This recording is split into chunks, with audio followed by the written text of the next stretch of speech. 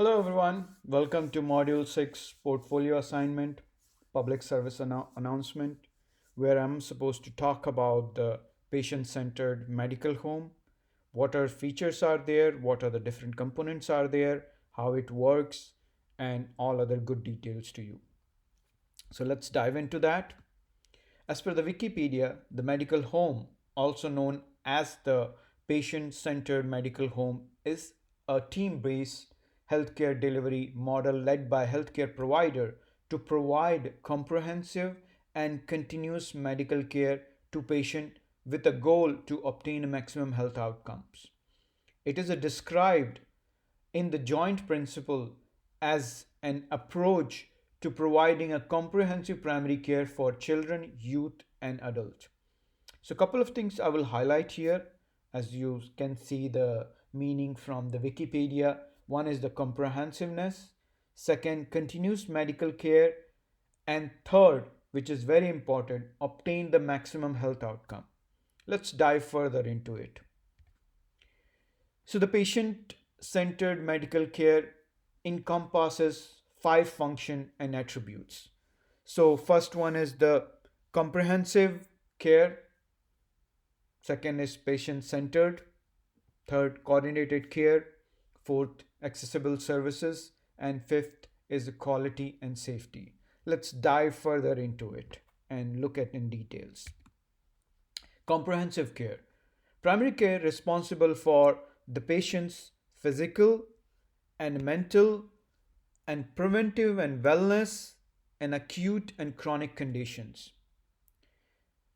He's, he's providing a comprehensive care to the patients. This is a team which includes the physicians, advanced practice nurse, physician assistant, nurse, pharmacist, and nutritionists, social worker, educator. As you can see, the large team of people are trying to take care of the patient.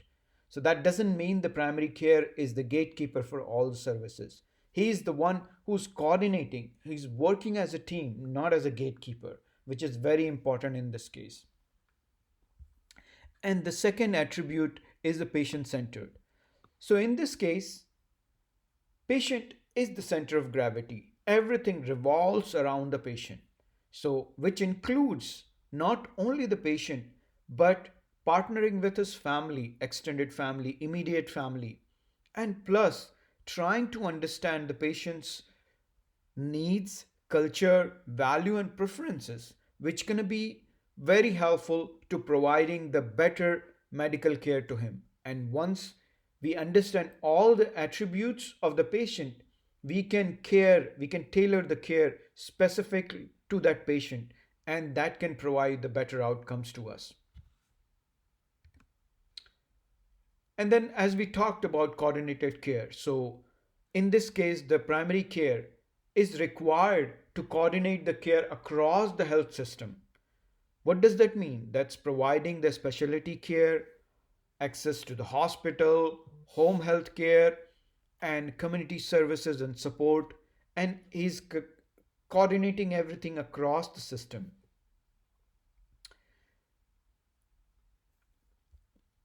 And fourth one is accessible services, where primary care services are accessible to patients across multiple channels. That means shorter wait time, enhanced in person hours, around the clock support, and multiple communication channels.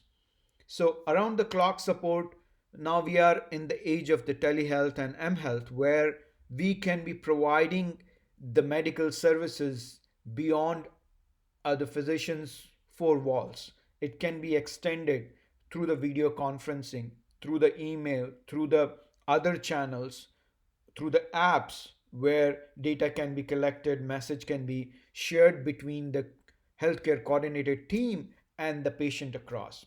And as well as I said, the same thing applies to the multiple communication channel where the patient has multiple ways to communicate with his provider, not just having an appointment once a year or once a month, or you need to take appointment to know more about or share your experience or share your condition with the provider. Now the channels are open 24 by 7 around the clock. You can send a message. I'm sure somebody from the team is going to respond back to you.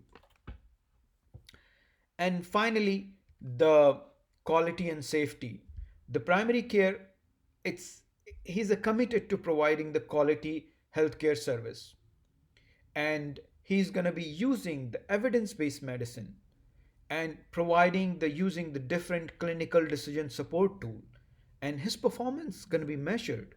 When you measure it, then you can come back and retry it by tuning that particular aspects where you think you can improve it, and then you measure the patient's experience, and based on that experience and based on the performance measurement, we can go back and retool the things and retry again and again try to collect that measurement and data. And that's the kind of continuous circle, right, where we we measure it, we try it again, then we can retry it and then again remeasure it, so that circle keeps on going. Beside these five elements, there is something foundational support for the patient centered medical home. It does need the health IT, which can collect and provide the all kind of data services where the data can be collected from multiple healthcare systems. It can provide the decision support, it can analyze the data, and that can give us, that can result into better service provided to the patient. And workforce, which is important because they are the one, the face of the whole system. They should be very well trained, and they should be energetic and connected to the patients.